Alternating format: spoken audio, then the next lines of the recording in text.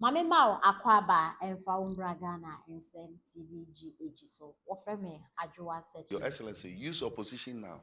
to make friends, not enemies. But there are people who made enemies, and when they left, they never had friends again.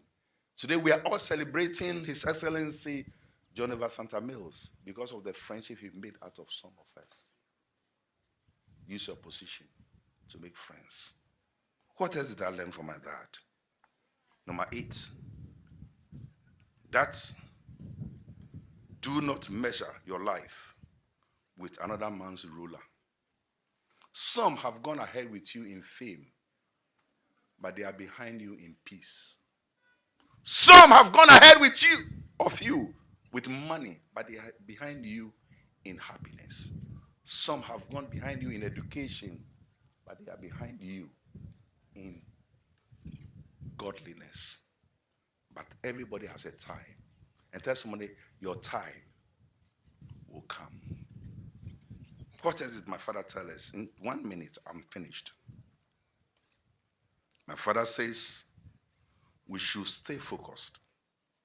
on our own journey because our timings are different. That says number 9,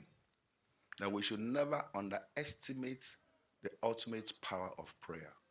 And if there's anything among all the many good things you've done this year,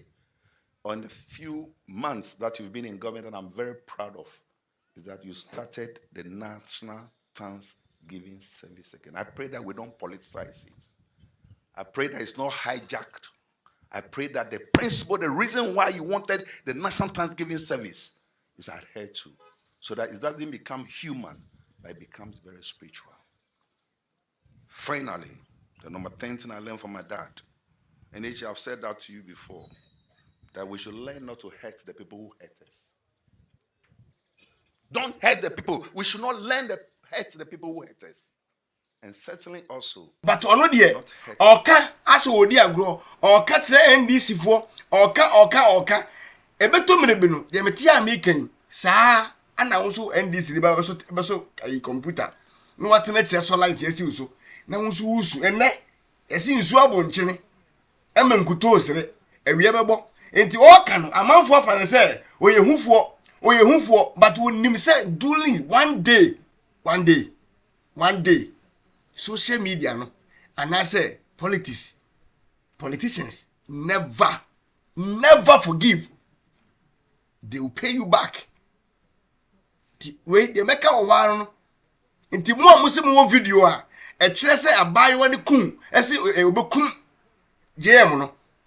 munsho Martin Begutu no oye funma oye what o see ono JM no ene o mpanifo akadima akufo do atem esin president bia enti ono so ba ese oje ne share na next president go ba no ono so aje ne share enti mi ntwa da if you say one more nkasa NDC for no ana this ade we abewura politics nim enti ese oye din na oteki ne part owi ana okọ wahu nyansa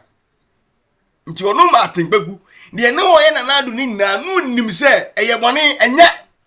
ma no oye dia hye papa na bufuo se de be papa no ebe acti ni wagina so ka se yesi ekufu ado nye na o magina so aka ana kufu ado acti wanchi wo manya o mhwe nti no enne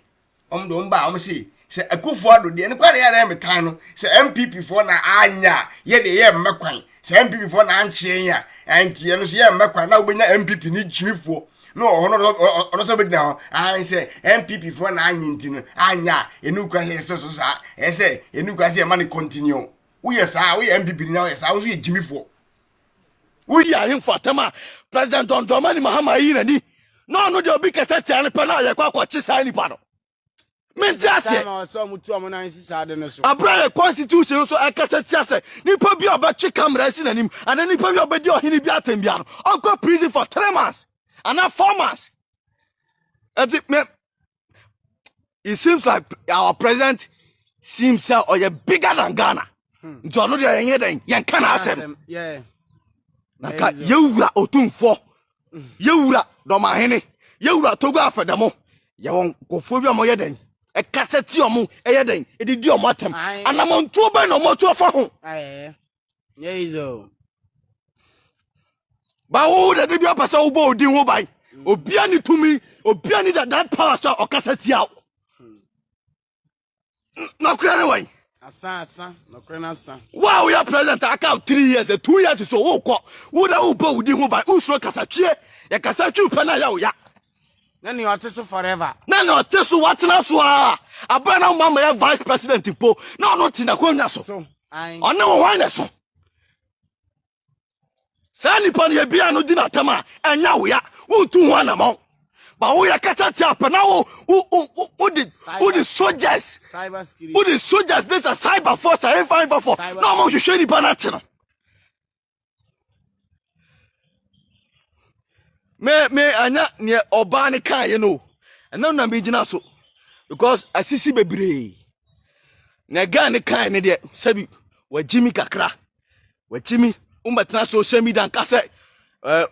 threatening president the whole president umbetna social media be threatening so president of this nation ga na nkasa no me so say sa time na wanum bibi because enye too bad so betna social media kase obi nku president Dramani Mahama ade wajimi ade nso wanyade ti anya sa ga na sem na meka but me can in the way say ya youth no omo de ya hemfo no tena so sa enye so omo de ya hemfo no omo de ya ahemfo ya wura tumfo omo de ya ne tra omo de ya do mahene tra omo de ya togwe afada ya dan atra na so adana Ghana pa ya afa ho yeah kan no Ghana ba no aya afa ho me anya asem na abasa siase na Ghana kaset Ghana wa nyade me say wa bodam sa asem na be kan social media no threatening say channel ane umbata social media a whole president and make sense president na wa dwen nya adwuma Yezo wa eduba bia youth no so mo ya wana tra so wa omo no MPP na ndc for sa na omo tie o we get your be kasa yi me sure so MPP ni mentimi enchire dia MPP ni omo friend ba wo nwa ba utie MPP ni MPP ni nti MPP na ndc for sa omo di omo watem etwetwetwe omo sa na omo tie omo agura omo di ano no omo agura omo di ano no sa na ndc for no so tie na sa so na MPP for no so ye den etie omo life omo de te Ghana ha no okay ba ya kan okura bi wa say munyai ma ya ho aya hemfofo no ho nya dan ento mo nanka akura bi afa camera sinanim aba social media abakasa naka wakasa okasetia otumfo okasetia togba afada okasetia do mahina dia na mo na Ghana ban tufa ho ye bisa cyber security dia na mo no mutufa ho ye bisa mu ara president ne ko na ne hu hia o man we ya na that be how many years left 2 years left 2 years left no oyeden na okwa 3 years na okwa 4 years okwa wa tell so akwata 8 years oyeden okwa but obabetu otumfo to say forever obetu do mahene to say forever obetu to go afede to say forever but ya won kofo bi social media o mani samp sa ya hemfu yi na mo kasa ye den etia mo cyber security dia no mo ye fa dia no mo ye fa ho Ghana ban dia na Ghana ban Dramani Mahama o ye fa ho dia no mo ye afa ho ti tese de bia en kasa ntia Mahama nko na ye hu se emra ne ye den ye adwuma de bia kasa ntia Mahama na ye hu se Ghana ha ye wo mra bi wo ha ye adwuma ba kasa ntia ahemfo no dia emra ye adwuma ye kasa ntia ahemfo emra ye den ye adwuma enye na eye obuo dabi obuo no dabi subanfu sem ana cyber security mo hwe ni ye madwum no me feel say waye din wo entro a ye twagu no ho especially see a tag no as a liar enti edu ba bia on respond na enkrofo hu say sansem o muka na nya no because Ghana ha no ye ka sanfa ho na so one respond a na enkrofo agye bi say no enti me catch Dr. Bawumia say on respond to sa liar tag na ye de tag no and o catch me say Ghana fo nim so twa Ghana fo nim so twa so a Ghana fo nim meme dia na mani nyi ho but Dr. Bawumia obi said obi anim no ni position eno no Enti Dr. Bawumia say ye di matem in opposition, ye di matem in government. And they are about position, ye say di matem. Me we complain bia mo bia. Me ma bonti personally e me respond. Enti enye na me wo fie a me opposition leader yi enye di matem e be ha me. Na moreover, abria party ni wa ben mu no. Na Basintale eko gina simpie so e kan say etwa entro enya atam odi mi keke o twa entro publication of false news said Dr. Mahmoud Bawumia oye kremuni enso ori preku na onum whisky onum nsa ori preku no akwakoto Bawumia say ya no preku sinedimu a ori na onum whisky na kasa abe no obetimi ama police fa kwache Basintale ne na court na wakwa prove baabia ye bato ni say ori prekunam na onum whisky no but Bawumia ignore Basintale omo di sa asemi alaji scenario no omo di ko zongos eko se Bawumia e kan ho bi na zongo fo anto aban fama Bawumia omo de ne yire etwa ntrotro ne yire so eko areas a enkrofo ko ka chom som kwa agogonom eko afan prince eko ka chom se Bawumia yire eye fulani ni eti Bawumia yire ba ordinantwie eba ba yimu ne manyina na fulani fo na ntwe ba yimu ne ma ni kunu ye president nti mo ko report ma police kra police nti me ne hwe enti omo de entro omo publish false news every father to Bawumia ho but Bawumia amawa na yire amawa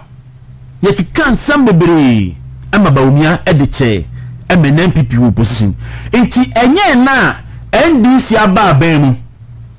na mo chichi nkrofo Andrei maame ba ko okuma se 49 years yes your friend no Rita Kunedu yakwa akoche no so wadidi mahama ene ne yiratam enti NDC ba ban mu ena mo chichi nipa na ni abrantie ma awia yi a yede na koto afiase ageli ni 1 year awia oya single mother a owo emamiensa a ne ba ne kitu awom ewo 5 years yede na kwa koto afiase adenti a wadidi mampani mahama atem didie ben a NDC sofo bi say NDC for bone pa e ma batom okosie nantwie 32 enti awia no awe hashi sansamo a do mahama ekan no en sadi we chema want to use program branya ho asem e ma na kwa kodu Supreme Court enti case law ho ba judge ni ignore sane mani nyina e sentence awia no 1 year timampani mahama eda esore a anopa eminim se ba na wa sore obi a wanu miti anasa fe no banu miti ne ba farida to ho ne nananom nso ewofie ho na ohwe manim na wasere na wagieli obatan a ne ba anya single mother a ne mamiensa na ne baba ketua na nya 5 years se efa ne nkotun so ma fiase adenti a wadidi ono mahama natem and he's okay because ono na ba bonte publicly be catch Ghana for say oyube isu obia IP address wa be dina tembia no or the IP address ba hwehwe wo be chew no prosecute